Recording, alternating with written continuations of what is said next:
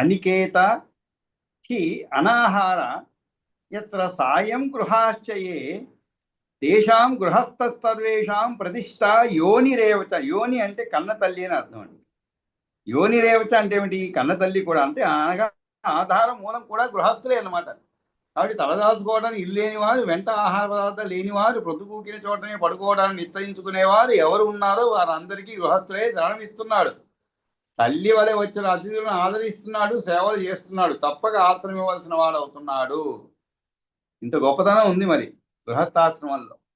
తేషాం స్వాగత దానాది, తేషాం స్వాగత దానాది వక్తవ్యం మధురం నృప గృహాగతానాం దధ్యాశ్చ శయన ఆసన భోజనం.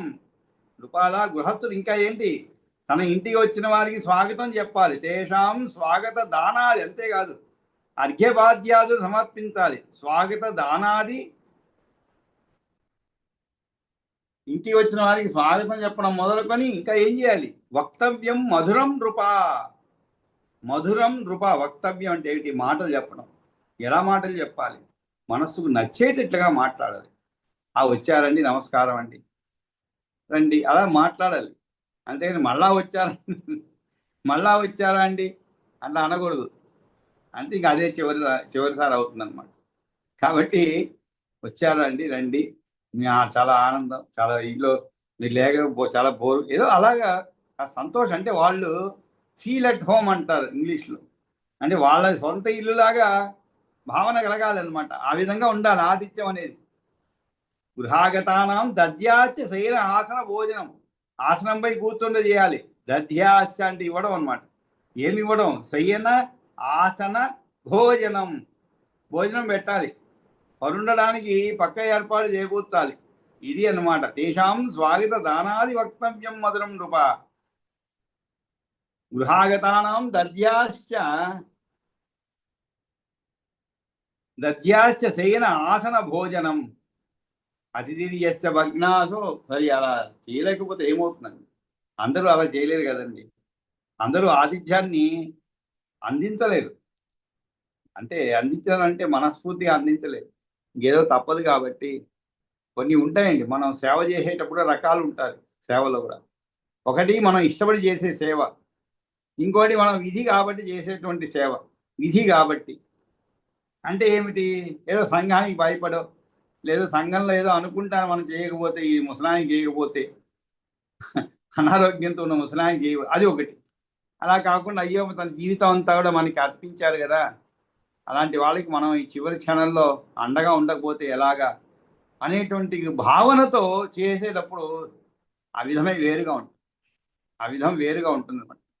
మామూలుగా అయితే కాఫీ తాగుతారండి, వద్దమ్మా ఈరోజు, సర్లేండి, అయిపోయింది. అలా కాదండి.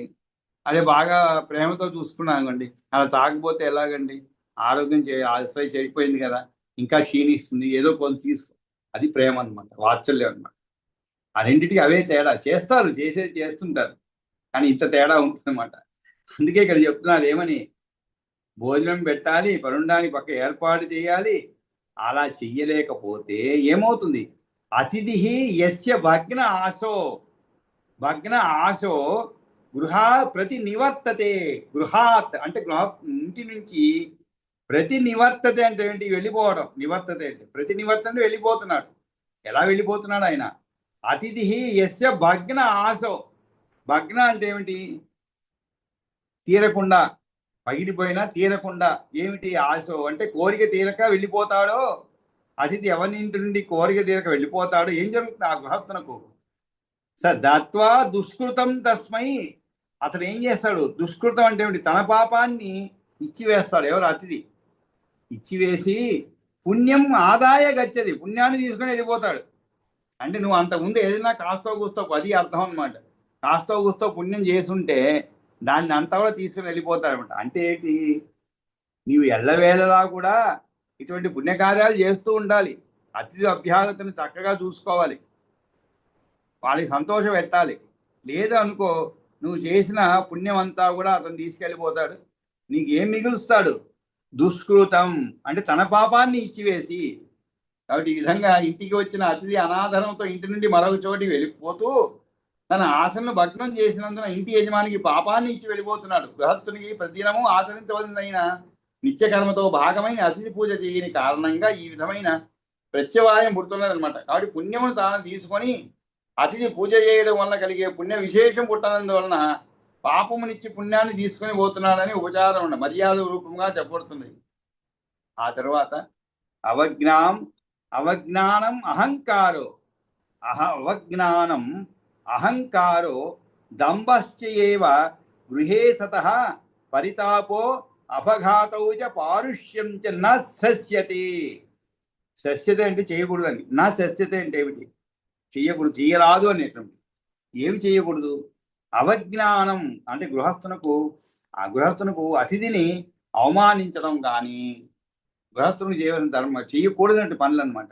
ఇంతవరకు చేయవలసిన ఏంటి? దేశాం స్వాగత దానాది వక్తవ్యం మధురం నృప గృహాగతానాం దద్యాచ్య సేనాసన భోజనం అతిథిర్యస్య భగ్నాసో గృహా ప్రనివర్తతే సదస్వా దుష్కృతం తస్మై పుణ్యమాదాయ గచ్చతి అని చెప్పి, అలా చేయకపోతే గృహస్థునకు అతిథిని అవమానించడం, అవజ్ఞానం అహంకారం ప్రదర్శించడం, దంభశ్చైవ దంభాలు పలకడం కూడదు. గృహే సతః ఇచ్చి పరిచంపించడం, పరితాపో అపఘాతౌ. పరితాపం అంటే ఏంటి? ఇచ్చి పరితపించడం అనమాట. అంటే ఇచ్చి పరితపించడం అంటే ఏమిటి? ఉదాహరణకి ఇంటికి వచ్చిన అతిథికి, సరే చాలా రోజుల తర్వాత వచ్చారు కదా అని ఒక 1000 రూపాయలు బట్టలు పెట్టారని ఉదాహరణకి. వాళ్ళు వెళ్ళిపోగానే ఒకసారి కూర్చొని ఎంత ఖర్చు అని చూసుకుంటారు. పెద్దలకి బట్టలు 2000, పిల్లవాళ్ళకి చేతికి ఇచ్చింది 1000 రూపాయలు, మొత్తం కలుపుకుంటే 4-5 వేలు ఖర్చు అయిపోయింది.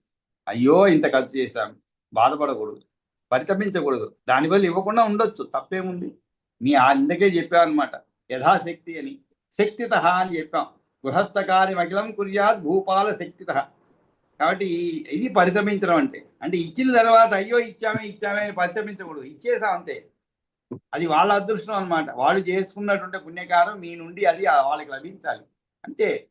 అలా అనుకోవాలి మనసులో, అంతేగాని నీవేదో ఇచ్చినట్టు బాధపడిపోకూడదు అనమాట.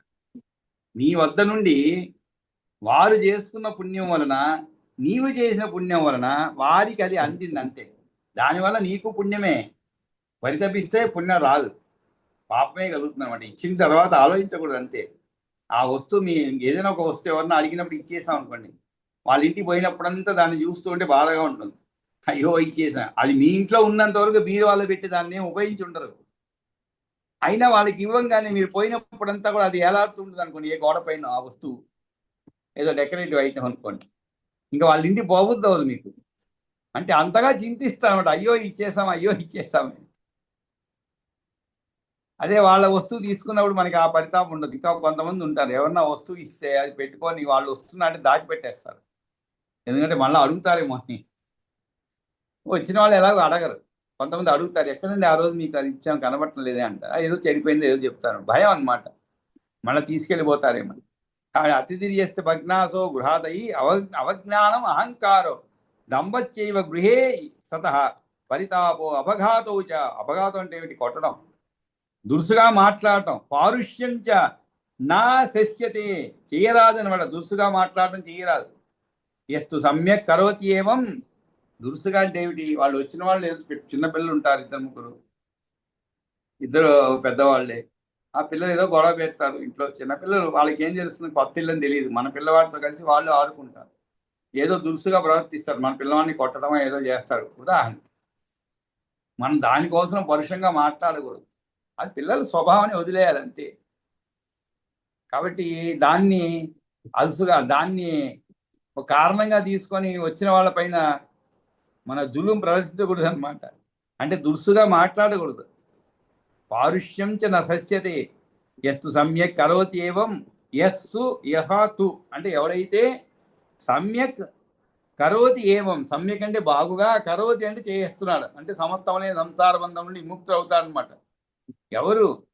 ఎవరైతే పై విధముగా కరోతి ఏవం గృహస్థ పరమం విధిం, ఉత్తమ విధిని ఈ విధంగా చక్కగా ఆచరిస్తే సర్వబంధ వినిర్ముక్తో, అన్ని బంధాల నుంచి పూర్తిగా విముక్తులై సర్వబంధ వినిర్ముక్తో లోకాన్ ఆప్నోతి అనుత్తమాన్. అనుత్తమ అంటే ఉత్తమ లోకాలను పొందుతాడు.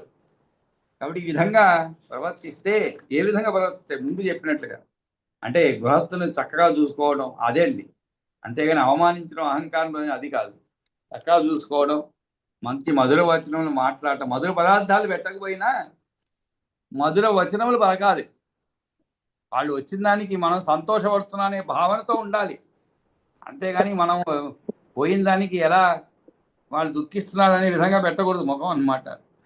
కాబట్టి ఎస్తు సమ్యక్ కరోతి ఏవం.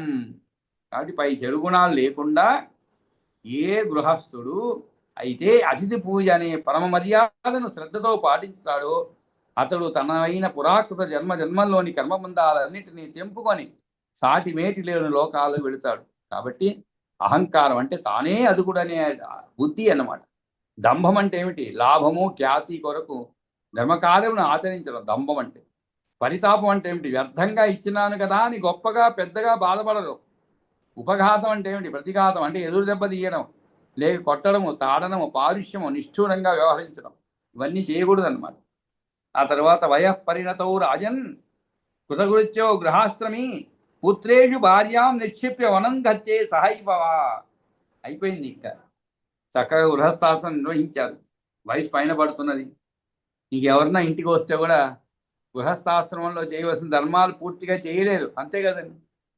ఉదాహరణకి వయసులో ఉన్నప్పుడు ఎవరన్నా ఇంటికి వస్తే వాళ్ళు వస్తున్నారనే విషయం తెలియం కానీ ఏ ట్రైన్కి వస్తున్నారు, ఏ కోచ్లో ఉన్నారు ఏంటి కనుక్కొని స్టేషన్కి పోతాం వయసులో ఉన్నప్పుడు. ఆ తర్వాత పోయేటప్పుడు కూడా మనం స్టేషన్కి పోయి ట్రైన్ ఎక్కిచ్చేసి బాయ్ చెప్పి వస్తాం. ఒక వయసు వచ్చిన తర్వాత అడ్రస్ తెలుసు కదా, వాళ్ళే వస్తారులే అని అనిపిస్తుంది. సరే వాళ్ళే ఆటో చేసుకొని వస్తారు. కాకపోతే మనం ఆటో ఇంత అవుతుందండి అంత అవుతుందని చెప్పేస్తాం అంతే. మనం పోయేది ఉండదు కారు తీసుకొని. ఆ స్టేజ్ అవుతుంది. ఇక చివరి స్టేజ్ ఏమిటి? 60 దాటింది అనుకోండి, ఏదో వచ్చిన వాళ్ళు వస్తారులే, పోయిన వాళ్ళు పోతారులే, చేసి అలసిపోయాం అనమాట. గృహస్థాశ్రమంలో చేయవలసిన మర్యాదల్ని చేసి అలసిపోయాం. ఇంకా అలాగే ఉన్నారనుకోండి, అలసిపోయి ఇంట్లోనే ఉన్నారనుకోండి, ఎవరైనా వచ్చిన వాడికి ఇబ్బంది అవుతుంది అనమాట. ఇక మీరు పోయి వాళ్ళు రిసీవ్ చేసుకొని మీరు వదిలిపెట్టడం ఉండకపోయినా ఇంటికి వచ్చిన వాళ్ళని కూడా మనం అంత శ్రద్ధగా అతిథి మర్యాదలు నడపలేము అనుకో. అందుకే ఒక చక్కటి ఉపాయం చెప్పారు పెద్దవాళ్ళు. ఆ ఉపాయం ఏమిటంటే వయః పరిణతవు రాజన్, అంటే వయస్సు మళ్ళీపోతూ ఉంటే రాజా ఏం చేయాలి? కృతకృత్యో గృహ ఆశ్రమి. గృహాశ్రమి అంటే ఏమిటి? గృహస్థాశ్రమంలో ఉన్నవాడు కృతకృత్యో తాను చేయవలసిన పనులన్నీ పూర్తి చేశారు. పిల్లలు పెళ్లిళ్ళు అయిపోయినాయి, వాళ్ళ బాటకు వాళ్ళు ఉన్నారు. ఇంక మనం చేయవలసిన కార్యం ఏమి లేదు. తెల్లవారు లేవడము, భార్య కాఫీ తాగడము, అంటే ఆ రోజు కాఫీ టీ లేకపోయినా కూడా హాయిగా సుఖంగా గడపడం సమయం, అంతే అన్నమాట. ఇంకేం పెద్దగా ఉండదు. ఒక వయసు అయిపోయితే 60-70 వచ్చిన తర్వాత ఏముంటుంది? మానసికంగా అలసిపోతారనమాట. అందరూ కాదు, కొంతమంది అలసిపోతారు. కొంతమంది అప్పుడే పేరు ప్రఖ్యాతులు గడించి ఇంకా ఉత్సాహంతో గడుపుతారనమాట. తనకి మరణమే లేదన్నట్లుగా గడుపుతారు చాలామంది. అది చూస్తున్నా. అది ఎలాగ సాధ్యం అంటే ముందు నుంచి కూడా వయసు గురించి ఆలోచించరు వాళ్ళు. చేయవలసిన కార్యాలు ఇంకా ఎన్నో ఉన్నాయి ఆలోచిస్తుంటారు. మన ఇంట్లో చూడండి, మన తాత ముత్తాతలు అలాగే జీవించారు. అందరికీ పెళ్ళిళ్ళు అయిపోయి వాళ్ళ మనవరాలకి అందరికీ అయిపోయిన తర్వాత కూడా ఇంకా వాళ్ళకి ఆశ ఉంటుంది, అంటే ముది మనవని చూడాలని. అదృష్టవశాత్తు వాడు కన్నా ముది మనవడు కనిపించాడు అనుకోండి, అంటే చూడగలిగారు అనుకోండి, ఇంకా వాడి వివాహము ఇవన్నీ ఆశలు ఉంటూనే ఉంటాయి. ఆశతోనే జీవించారు వాళ్ళు. ఎప్పుడు మరణం గురించి ఆలోచించలేదు. ఈ రోజుల్లో చూసాడు విపరీతమైన భావాలండి. 40 దాటిందంటేనే మనుషులు అయిపోయినట్లుగా భావిస్తున్నాను. నేను చూశాను చాలా మందిని. మేమేదో 60 తర్వాత అనుకున్నాం, కానీ 40 దాటిన వాళ్ళు కూడా ఇంట్లో ఏంటి ఈ సంసారం విసిగిపోయి అప్పుడే ఇంక అన్నీ వదిలిపెట్టే సన్యాసం తీసుకోవాలనే మాటలు అనుకోండి, అయినా మాటలు అలా ఉంటున్నాయి. అంటే ఇంకా జీవితాన్ని వాళ్ళు ఆనందించలేకపోతున్నారు అనమాట. ఇంకా ఏది వాళ్ళకి భవిష్యత్తులో ఇది అవి చేయాలి అనేటువంటి ఒక ఆశ లేకుండా పోయింది. అలా ఉండకూడదు. మనిషి జీవించాలి, మంచిగా జీవించాలి అంతే. మన చేతిలో లేదు కదండి. మనిషి జీవించడం మన చేతిలో ఉందా? జన్మ మన చేతిలో లేదు, మరణం మన చేతిలో లేదు. ఈ మధ్యలో ఉండేటువంటిది కాస్త మనం ఆరోగ్యాన్ని కాపాడుకోవటం, చక్కటి జీవితాన్ని గడపడం మన చేతిలో ఉంది. అది మాత్రమే. అది కూడా దైవాధీనమే అనుకుంటాం, కానీ మన చేతిలో ఉంది కొంతవరకు. కాబట్టి మన చేతిలో ఉన్నదాన్ని మనం సక్రమంగా నిర్వహించాలంటే, మన చేతిలో లేని దాన్ని అందుకు ఎందుకు ఆలోచించడం? మరణం అనేది మన చేతిలో లేదు. అదే గీతోపదేశంలో చెప్తారనమాట. మన చేతిలో అంటే జాతశ్రీ ధ్రువ మృత్యు అని చెప్పి ఖచ్చితంగా పుట్టినవాడు గిట్టక మానదు, ఇట్టినవాడు మళ్ళా పునర్జన్మ ఇస్తాడు. కాబట్టి మన చేతిలో లేని దాని గురించి మనం ఆలోచించడం ఎందుకని చెప్పి శ్రీకృష్ణుడు చెప్తాడు అర్జునుడు. ఆ విధంగా అన్నీ అయిపోయిన తర్వాత ఏమి చేయాలి మరి? ఇంకా ఇక్కడ పాకులాడుతూ కూర్చోకూడదు. అయిపోయింది నువ్వు చేయవలసిన పని. ఇంకా ఉంటే కూడా ముసలి వాళ్ళు అయిపోయిన తర్వాత వాళ్ళు మనకి చేయాలి. ఇంకా ఆ తర్వాత నరకం. ఇప్పుడు మనం చేసే స్థితిలో ఉన్నప్పుడు అందరూ చేయించుకుంటారండి. ఇక మనకి చేయవలసిన సమయం వచ్చినప్పుడు అది ఒక నరకం అన్నమాట. అందుకనే ఒక చక్కటి ఉపాయం చెప్పారు ఆ రోజుల్లో. ఏమిటా ఉపాయం అంటే, వయః పరిణతౌ రాజన్ కృతకృత్యో గృహాశ్రమి పుత్రేషు భార్యాం నిక్షిప్య. ఇది కొంచెం కఠినమైనటువంటి పనే, కానీ ఇక్కడ అర్థం ఉంది అనమాట దానికి కూడా. అంటే ఒక అర్థమైంది. ఎందుకంటే పుత్రేషు భార్యాం నిక్షిప్య అన్నారు. అంటే భార్యను తీసుకోపోకూడదని కాదండి ఇక్కడ. ఒకవేళ ఆమె వస్తా అంటే తీసుకోపోవచ్చు, కానీ ఏ గృహాశ్రమి తన వయసు వృద్ధాప్యంలోకి జారుతున్నది, వయసు పోతున్నది, ముసలివాడిని అవుతున్నాడు గుర్తించి గృహస్థాశ్రమంలో ఉన్నప్పుడు ఆచరించవలసిన విధులను పూర్తి చేసుకున్నాడు, అతను తన ఇల్లాలను ఏం చేయాలి? కొడుకులకు అప్పగించి సేఫ్ కస్టడీ అనమాట. ఎందుకంటే ఆమె పాపం వయసులోనే ఉంటుంది, ఇంకా కనీసం 7 తేడా ఉంటుంది కానీ 10 సంవత్సరాలు. కాబట్టి ఆమెకి ఇంకా ఆశమైన జీవితం పైన ఆశ ఉండొచ్చు, ఆమె ఇంకా జీవించాలని కోరిక ఉండొచ్చు. అంతేగాని నువ్వు కఠినంగా ప్రవర్తించకూడదు, ఆమెలో తీసుకోపోకూడదు. ఒక ఆప్షన్ ఇవ్వాలి, ఛాయిస్ ఇవ్వాలన్నమాట. అందుకనే చెప్పారు, జాగ్రత్తగానే చెప్పారు పురాణాల్లో కూడా. ఖచ్చితంగా తీసుకెళ్ళాలని చెప్పలేదు చూడండి. పిల్లల దగ్గర వదిలిపెట్టి కొడుకులకు అప్పగించి అడవిలోకి వెళ్ళిపోవాలి. అడవిలోకి వెళ్ళిపోవాలన్నమాట. నిక్షిప్య వనం గచ్చేది. నిక్షిప్య అంటే ఉంచడం అనమాట.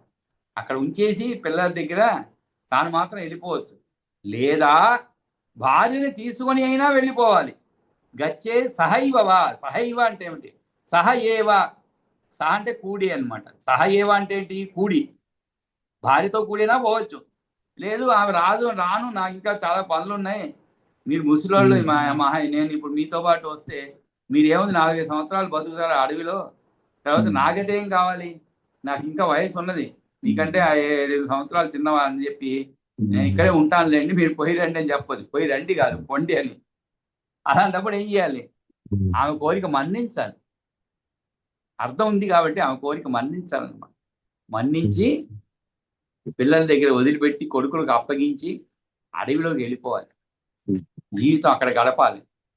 అది ఎలా గడపాలి మరి? జీవితం ఎలా గడపాలి? అక్కడ కూడా ఏసీ పెట్టుకొని కాదండి. ఏసీ పెట్టుకొని సినిమాలు చూస్తూ అలా గడపకూడదు జీవితం. దానికి ఒక పద్ధతి ఉంది మళ్ళా. ఆ ఆశ్రమంలో ఎలా గడపాలి అంటే, దానికి పర్ణమూల ఫలాహార కేశ శ్మశ్రు జటాధర భూమి సాయి భవేత్తత్ర ముని సర్వ అతిథి నృప. సర్వ అతిథి నృప. ఇక్కడ ఏం చేయాలి? పర్ణమూల ఫలాహార. ఏం తినాలి అక్కడ? సర్వ అతిథి అంటే ఏమిటి? అతిథులందరినీ భేదం చూపకుండా పూజించేవాడు. అతిథి అనగా ఇంతకు మునుపు పరిచయం లేనివాడు అనమాట అతిథి అంటే.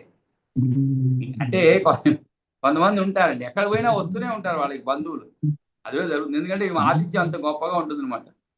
మనం అనుకోవచ్చు ఏదో విజయవాడలో ఉన్నామో లేదో తిరుపతిలో ఉన్నాం కాబట్టి బంధువులు వస్తాను, అట్లా కాదు. మీరు ఒకవేళ ఎక్కడన్నా పోతే కూడా అండమానికి పోయినా కూడా వచ్చేవాళ్ళు వస్తుంటారు. అప్పుడు ఏదో కొత్త ప్రదేశం ఉందండి, మీరు ఉన్నారు తెలిసి చాలా సంతోషం అండి అని చెప్పి హాయిగా వచ్చి 10 రోజులు అన్ని చూసుకొని పోతుంటారు. అంతవరకు అండమాన్ గురించి ఆలోచించే వాళ్ళు కూడా ఇప్పుడు ఎందుకులే అని పోస్ట్పోన్ చేసుకున్న వాళ్ళు కూడా మనం అక్కడ ఉన్నామని తెలియగానే వస్తారు. ఎందుకంటే ఉండేందుకు వస్తీ కాస్త ఊరు చూపేందుకు మనుషులు ఉన్నారు కాబట్టి వస్తారు, అండమాన్ కూడా వస్తారు. కాబట్టి ఇక్కడ కూడా ఏం చెప్తున్నారు? ఒకవేళ ఆ విధంగా అడవికి పోయినా కూడా పర్ణమూల ఫలాహార. అక్కడ ఏం తినాలి? నువ్వు తినవలసింది అరణ్యంలో ఉన్నప్పుడు ఏం తినాలి? ఆకులు, గడ్డలు, పండ్లను ఆహారంగా తీసుకోవాలి. పర్ణ అంటే ఆకండి. అందుకే అపర్ణ, పార్వతీదేవికి అపర్ణ అని పేరు వచ్చింది. అది కూడా తినలేదంట. గొప్ప తపస్సు చేస్తూ శివుడి గురించి ఆకులు కూడా తినలేదు. అందుకనే ఆమె అపర్ణ ఆగింది. పర్ణ అంటే ఆకు, అంటే ఆకులు అలా కూడా తినలేదు. నిరాహారంగా చేసిందంట అంత తీవ్రంగా. మనం ఒకరోజు ఒక పూట భోజనం చేయకపోతే ఇబ్బంది అయిపోతుంది మనకి.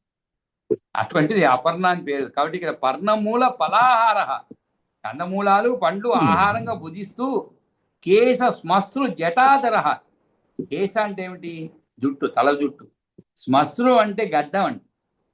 జటాధర అంటే జడలు ధరించి మరి ఎక్కడ పడుకోవాలి? మెత్తగా పడుకోకూడదు, తీసుకోకూడదు, ఇవన్నీ బెడ్ గిడ్ అన్నీ తీసుకోకూడదని.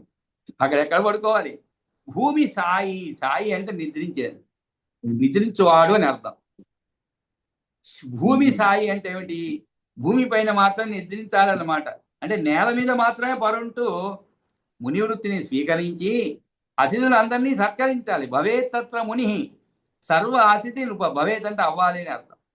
సర్వ అతిథి నృప. కాబట్టి అరణ్యంలో ఉన్నప్పుడు ఏం చేయాలి? ఆకులు గడ్డలు పండ్లను ఆహారంగా తీసుకోవాలి. తలపైన వెంట్రుకలు గడ్డములు మీసాలను గొరిగించుకోకుండా జడలను ధరించాలి. ముని అయిన అతను నేల మీద పడుకోవాలి, అంతరాతులను ఆదరించాలి. ఇది వానప్రస్థుని యొక్క ధర్మాలు తెలుసుకోవయ్యా రాజా. ఎవరు పోతారండి? మనం పోలేము.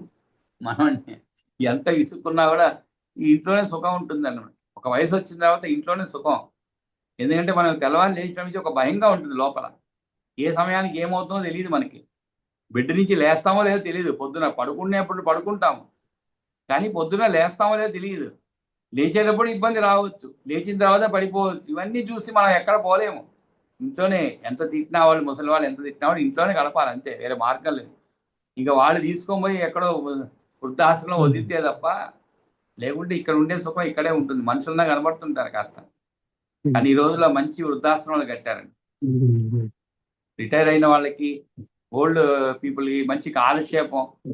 పిల్లల దగ్గర లేనప్పుడు చాలా హాయిగా గడిపేందుకు చక్కగా కడుతున్నారు. సిటీస్లో, పెద్ద పెద్ద సిటీస్లో బాగుంటున్నారు. అన్నీ వాళ్ళే చూసుకుంటారు అన్నమాట. డబ్బు మాత్రం బాగా గుంజుతారు అనుకోండి, అది వేరే విషయం. డబ్బున్న వాళ్ళకి అన్ని సుఖాలు కలిగిస్తారు. కాబట్టి మీకు వానప్రస్థాశ్రమం లాగా ఉండదు, అక్కడ అన్ని సుఖాలు ఉంటాయి. కానీ వానప్రస్థాశ్రమం అంటే అది కాదు. ఇదో ఇలా గడపాలన్నమాట. ఎట్లాగా? పర్ణమూల ఫలాహార కేశస్మస్సు జటాధర భూమి సాయి భవేత్ తత్ర ముని సర్వ అతిథి నృప చర్మకాశకుతై కుర్యాత్ పరిధాన ఉత్తరీయకే తద్వత్ త్రిశవణం స్నానం సస్తమస్త నరేశ్వర. ఇంకా ఎలా ఉండాలి అక్కడ? చర్మకాశ కుశై కుర్యాత్.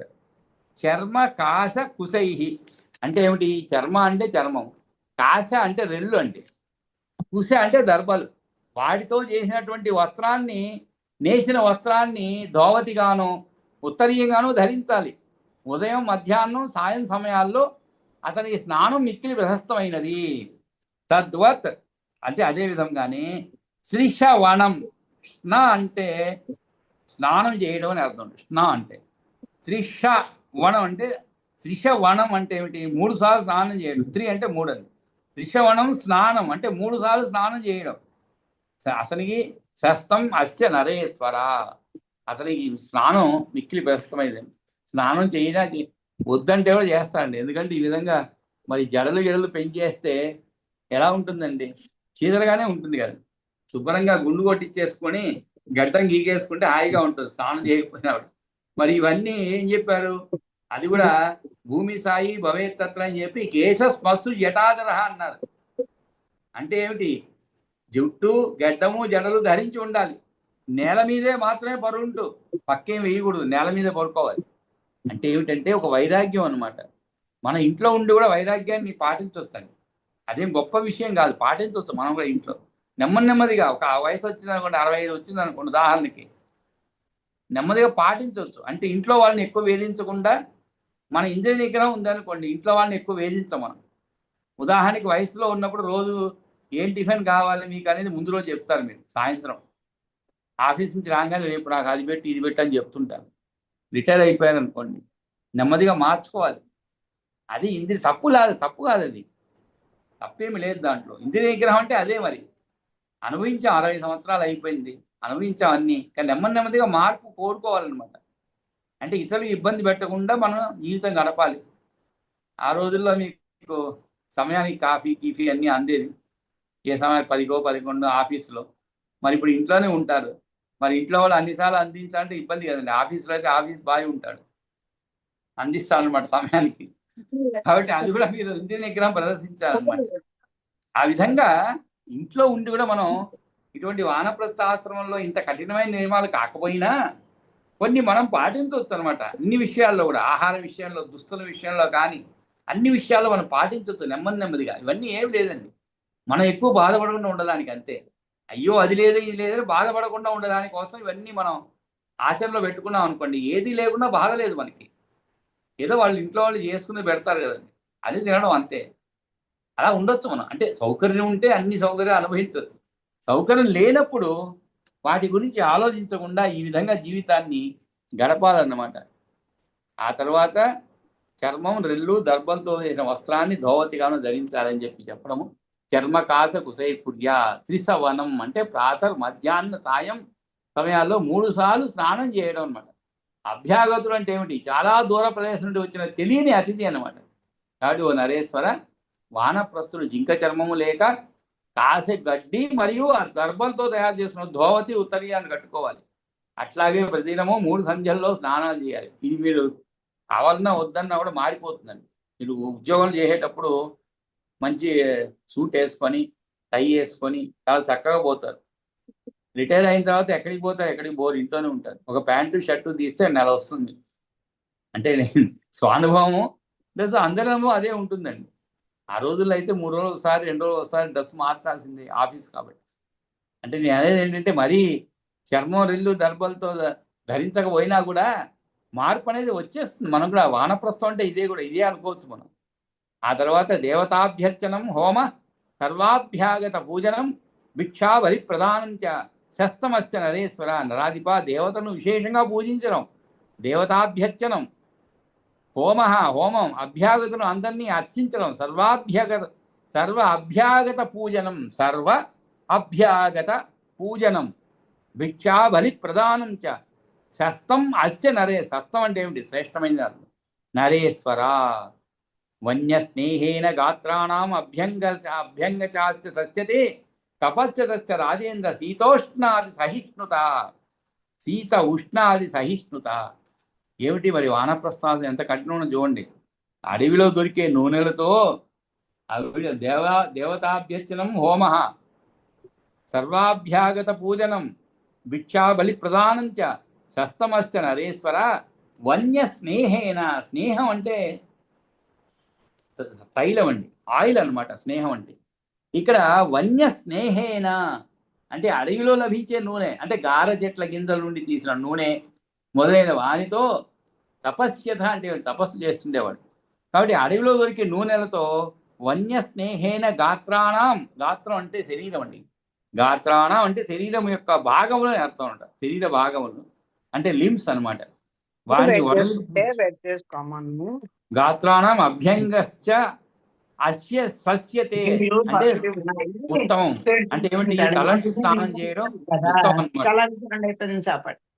అన్నమాట. మంచి పని తెలీదా? ఇట్లా పెట్టండి అమ్మట్లు.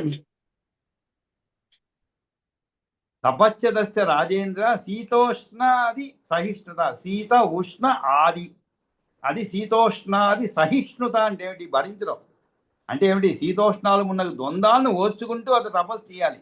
అతనికి ఉత్తమం ఏది? తలంటు స్నానం చేయడం అతనికి ఉత్తమం. శీతోష్ణాలు ఉన్నది అందుకే అది కూడా షాంపూలు అవసరం లేదండి. అక్కడ ఏదైతే దొరికేది నూనెలతో వడలికి పూస్తారు. అంటే అడవిలో దొరికే నూనెలు ఉంటాయి. మనం కూడా అసలు రోజుల్లో మనం కూడా తలస్నానం చేసేటప్పుడు కుంకుడుకాయని అవన్నీ దొరికాయి అనమాట, అడవిలో దొరుకుతాయి. అటువంటి వాటితో కుంకుడుకాయ తెచ్చుకొని శుభ్రంగా దాంట్లో మందారాకులు వేసి కాస్త నల్లగా అవ్వాలి జుట్టు అని చెప్పి నాకు బాగా జ్ఞాపకం అనమాట. మందారాకులు వేసి దాన్ని ఊరబెట్టి దానితో తలస్నానం చేసేవాళ్ళు. ఆ తర్వాత నెమ్మదిగా షాంపూలు వచ్చాయి. షాంపూలు అనేక షాంపూలు, హెడ్ అండ్ అబో, ఏదో షోల్డర్ అండ్ అబో అని, అదని ఇదని అనేక రకాలు వచ్చాయి. ఇప్పుడు షాంపూలే అనమాట. ఎవరింట్లోనూ కుంకుడుకాయలు లేవు అసలు. ఒకప్పుడు సున్నిపిండి ఉండేది ఒంటికి పూసుకున్నాయి. ఇప్పుడు సోపులే, సున్నిపిండి పోయినాయి. ఇంకా ఎక్కడో ఒకరిద్దరు ఉపయోగిస్తున్నారేమో తక్కువగా. ఇప్పుడు సోపులు వచ్చాయి, రకరకాల సోపులు అనమాట. అది అసలు ఒంటి మాలిన్యాన్ని తీసుకోలేదు కానీ ఒక సువాసన ఇస్తున్నమాట శరీరానికి. దానికోసం ఉపయోగించడం. అవన్నీ వదిలేయాలి. అవన్నీ వదిలేసి వన్య స్నేహేన గాత్రాణం అభ్యంగస్య సస్యతే అంటే చాలా శ్రేష్టమైనది. తపశ్చతస్య రాజేంద్ర శీతోష్ణాది సహిష్ణుత. తపస్సు చేసుకోవాలి. ఆ తర్వాత ద్వంద్వాలను ఓర్చుకుంటూ. ద్వంద్వం అంటే ఏమిటి? రెండు అని అర్థం అండి. కష్ట సుఖములు ఇవన్నీ ద్వంద్వాలు అనమాట. అంటే రెండుగా ఉంటాయి అవన్నీ కూడా. ఆ విధంగా ఈ రెండింటి శీతోష్ణాలు, శీత ఉష్ణ అంటే చలి, ఉష్ణము అంటే వేడి, ఈ రెండింటిలో భరిస్తూ ఉండాలన్నమాట. అబ్బా చలిగా ఉంది ఎక్కువగా అని చెప్పి స్నానం చేయకుండా వదిలేయడము, అయ్యో వేడిగా ఉందని చెప్పి స్నానం చేయడం, ఇవన్నీ కూడదు. వాటిని అన్నిటిని భరించాలన్నమాట. ఇది ప్రాక్టీస్ చేయాలి ఈ ఆశ్రమంలో. తర్వాత ఎస్తు ఏతాం నిహితశ్చర్యాం యహాతు ఎస్తు ఏతాం నిహితశ్చర్యాం. నిహిత అంటే ఏమిటి? చెప్పబడినటువంటి. ఈ విధంగా ఎవరైతే యస్తు ఏతాం నిహితశ్చర్యాం వానప్రస్థ చరేన్ ముని, వానప్రస్థాశ్రమంలో ఉన్నవాడు నియమంతో ఈ వ్రతచర్యను ఆచరిస్తూ మునిలా జీవించాలి.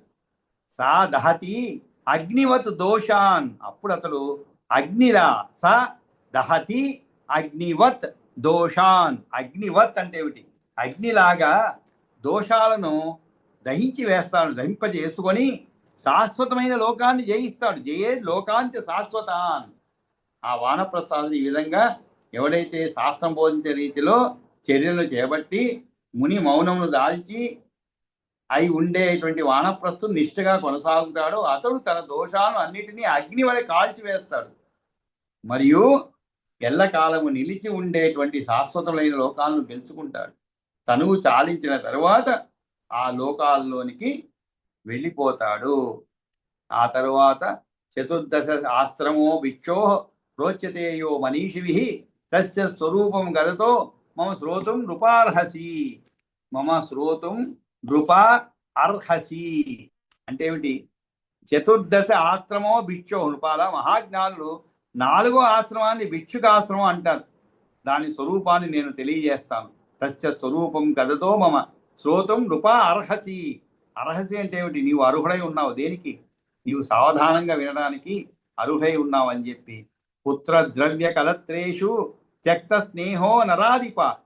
పుత్ర ద్రవ్య కలత్రేషు అంటే పుత్ర అంటే ఏంటి? సంతానం అని అర్థం అండి. పుత్రుడనే కాదు, కొడుకనే కాదు, సంతానం అనమాట. కాబట్టి నృప మనీషులు 4వ ఆశ్రమం ఏంటి? భిక్షువు, సన్యాసికి చెందినని చెప్తున్నారు. మానవుని జీవితంలో ఇది చివరిది అన్నమాట. పలు రకాల కర్మలు మానివేయబడుతవి. భగవద్ధ్యానం ఒక్కటే నిరంతరం చేయవలసి ఉంటుంది. దాని స్వరూపమును చక్కగా వివరిస్తాను, సావధానుడవై వినుము. చతుర్థ ఆశ్రమో భిక్షో ప్రోచ్యతేయో మనీషిభిః తస్య స్వరూపం గదతో మమ శ్రోతం నృప అర్హసి. అదేమిటది? పుత్ర ద్రవ్య కలత్రేషు త్యక్త స్నేహో నరాధిప. చతుర్థమాశ్రమం స్థానం గచ్చే నిర్ధూతమత్తర త్రైవర్గికాన్ త్యజేత్ సర్వాన్ ఆరంభాన్ అవనీపతే మిత్రాదిషు సమో మైత్ర సమస్తేష్వేవ జంతుషు. అదేమిటి? పుత్ర ద్రవ్య కలత్రేషు. పుత్ర ద్రవ్య కలత్రేషు. పుత్ర అంటే పుత్రులు, అంటే సంతానం, అంటే తన కొడుకులు, తను సంపాదించిన ధనధాన్యములు, ఇల్లాలు ఎందును అనురాగాన్ని వదులుకొని ఎవరి ఎందు మత్సరము లేని పుత్ర ద్రవ్య కలత్రేషు త్యక్త. త్యక్త అంటే విడిచిపెట్టిన.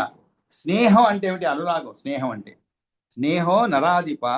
చతుర్థం ఆశ్రమం స్థానం గచ్చేత్ నిర్ధూత మత్తర. నిర్ధూత అంటే తీసివేయబడిన అర్థం అండి, అంటే పోయిన. నిర్ధూత మత్సరం అంటే ఏమిటి? మాత్సర్యం అన్నమాట. వదిలివేయాలి. అప్పుడు చతుర్దాసం స్వీకారం చెయ్యాలి. కాబట్టి ఇదే సందర్భంలో ధర్మార్థ కామలకు చెందిన ప్రయత్నాలను మానుకొని త్రైవర్గికాన్ త్యజేత్. త్రైవర్గికాన్ త్యజేత్. త్యజేత్ అంటే వదిలిపెట్టడం. సర్వాన్ ఆరంభాన్ అవనీపతే అంటే ధర్మం, అర్థం, కామం అనే త్రివర్గాలకు సంబంధించిన సమస్త కార్యాలను విడిచివేయాలి.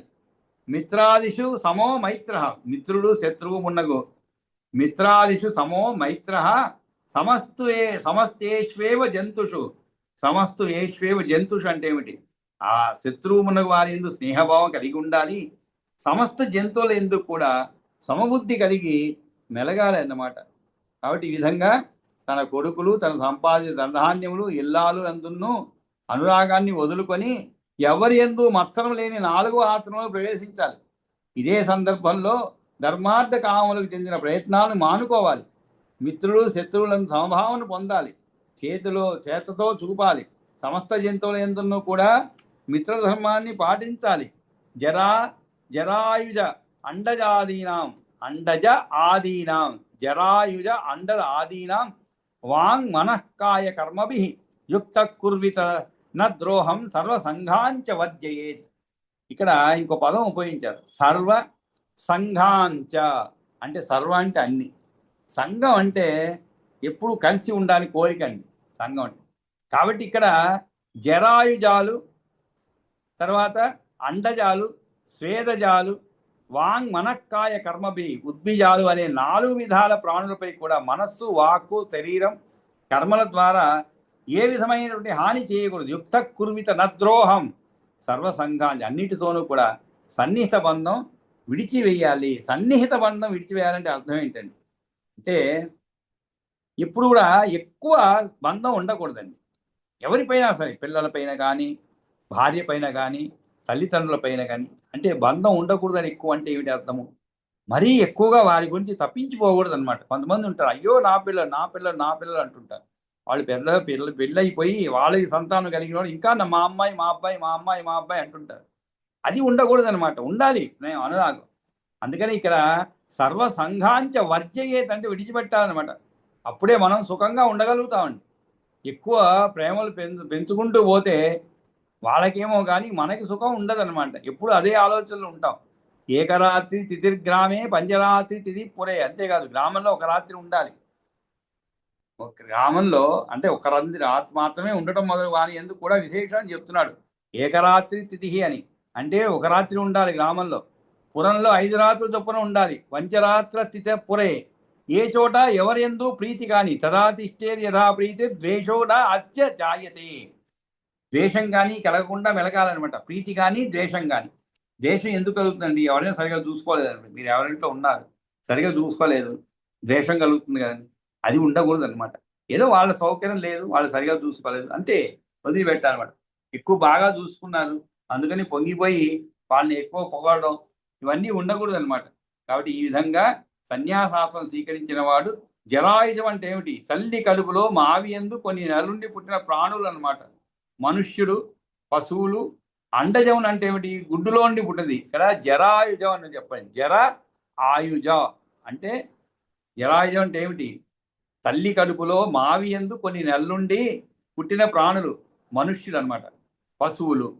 అండజమును అంటే గుడ్డులోండి పుట్టినవి అంటే పక్షులు, క్రిమికీటకాలు ఎందును తన వాక్కులు, మనస్సు, శరీరం ద్వారా వనరించే పనుల ద్వారా ద్రోహం చేయకూడదు. వాటితో కలిసియే ఉండాలి. అట్లే సన్యాసం తీసుకోకముందు వరకు సాగిన అన్ని రకముల సంబంధాలను అందరితో ఉన్నటువంటి వాటిని వదులుకోవాలి. ఇక గ్రామము అంటే ఊరు, పల్లెనందు ఒక్క రాత్రి మాత్రమే ఉండాలి. పురంలో 5 రాత్రులు ఉండవచ్చును. ఒకవేళ పరివ్రాజుడు ఎక్కువ దినములు నిలిచి ఉన్నా ఆయా గ్రామస్తులతోనూ పౌరులతోనూ ప్రీతి కానీ ద్వేషం కానీ పుట్టనన్ని దినములు మాత్రమే ఉండాలి. ఇది చాలా ముఖ్యమైన విషయం. రాగద్వేషాలు ఏర్పడేటట్లయితే ఆశ్రమ స్వీకారం వ్యర్థమవుతుందన్నమాట. సంసారి అవుతాడు సన్యాసి, సంసారి అవుతాడు మళ్ళా సన్యాసి అనమాట. కాబట్టి ఈ జాగ్రత్తలన్నీ తీసుకుంటూ జీవితం, శేష జీవితం గడపాలన్నమాట. దాని తర్వాత మిగిలింది మనం సోమవారం చెప్పుకుందామండి. స్వస్తి ప్రజాభ్య పరిపాలయంతాం న్యాయేన మార్గేణ మహిమహీషా ఓ బ్రాహ్మణేభ్య శుభమస్తు నిత్యం లోకా సమస్తా సుఖినో భవంతు. కాలే వర్షతు పర్జన్యః పృథివీ సస్యశాలిని దేశోయం శోభరహితో బ్రాహ్మణా సంతు నిర్భయాః అపుత్ర పుత్రిణః సంతు పుత్రిణః సంతు పౌత్రిణః అధనా సదనా సంతు జీవంతు శరదా శతం. కాయేన వాచా మనసేంద్రియైర్వా బుద్ధ్యాత్మనా వా ప్రకృతే స్వభావాత్ కరోమి యజ్ఞత్ సకలం వరస్మై నారాయణాయ సమర్పయామి. యదచ్రవదభ్రష్టం మాత్రాహీనం తు యద్భవేత్ తత్సర్వం క్షమ్యతాం దేవ నారాయణ నమోస్తుతే. విసర్గబిందుమాత్రాణి పదపాదాక్షరాణి చ న్యూనాని చ అతిరిక్తాని క్షమస్వ మహేశ్వర. కాబట్టి ఇంకా ఒక తక్కువ ఉన్నాయి, ఒక 4-5 శ్లోకాలు 5 శ్లోకాలు మాత్రం ఉన్నాయి. కనీసం